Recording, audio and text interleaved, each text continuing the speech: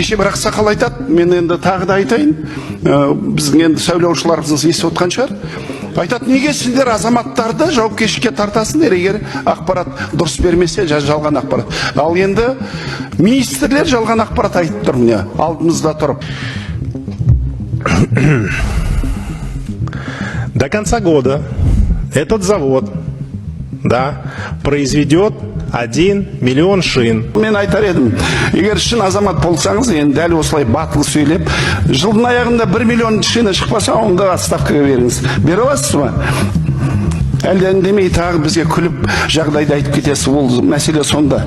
Жалпы үкімет алдағаннан кейін халықты бізге де сенбейді. Оны сіздер талап ете алмайсыздар, олардан есеп береді, сіздерге алдап қояды, сіздер сол жерде мәз болып шапалақтап отырасыздар дейді. Дәл сондай жағдайға жеткізетін сіздер осындай бір жалған ақпараттар. Мен де бүгін 2 сағат уақытын босқа жұмсадым деп есептеймін, мысалы, бірде-бір пайдалы ақпарат алған жоқпын. Міне бізге жаңағы әдемі сұрақ беріп, күліп жауап беріп сөйтіп тұр. Мен ойымша күлетін нәрсе емес, оны жылайтын нәрсе. 5 сұрақ қойдым, біреуіне де жауап алмадым. Неге деген сұрақ туындайды? Жаңа мен әріптесім депутат Базарбек дұрыс айтты. Бүгін не үшін келді министр? Бұл енді есеп беру емес қой. Біз енді ықпалды парламент, есеп беруші мемлекет, үкімет деп айтамыз. Дегенмен де бұл орта үкімет сағаты келіп ақылдасып, проблеманы ортаға салып, бір-бірімізге шындықты айтатын жер ғой. Мен бостан босқа айтқан жоқпын. Өткен жылы 170 жоба іске асу керек тұғын. Ол заводтар жұмыс істеу керек. 8-ағы акт бойынша іске қосылды.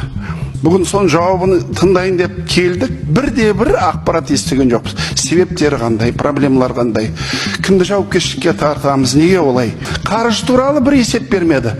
Мысалы, Шарлапаев өзі Бәйтеректі басқарды. Мен бірнеше сұраққа айттым, қанша миллиард теңге ақша бердіңдер, неге жасырады депутаттардан? Ол жерде сыбайлас жемқорлық бар ма? Өзінің қызығушылығы бар ма? Неге ресейлік компанияға берген қаржыны бүгін жасырып отыр? Олар қанша қаржы салды? Неге мемлекет қанша қаржы салып тұрып, оны үлесі бұл заводта аз? Қанша адам кеше 100 адам көшеге шығып талап етіп отыр. Біз енді жұмыс әлі басталған жоқ, дұрыс. Айлығымыз төмен, кейбір адамдар қысқарып жатыр. Бірақ оған сұрақ қоямыз, жауап бермейді. Нарық қалай? Жаңа біз айттық қой, өндіріс неге дамымай жатыр? Кадрлық саясат сәйкес келе ма? Қызылордада жаңа мен әріптесім айтып кетті, әйнек завод туралы. Өнім өтпей жатыр. Барлық шекараны ашып қойды.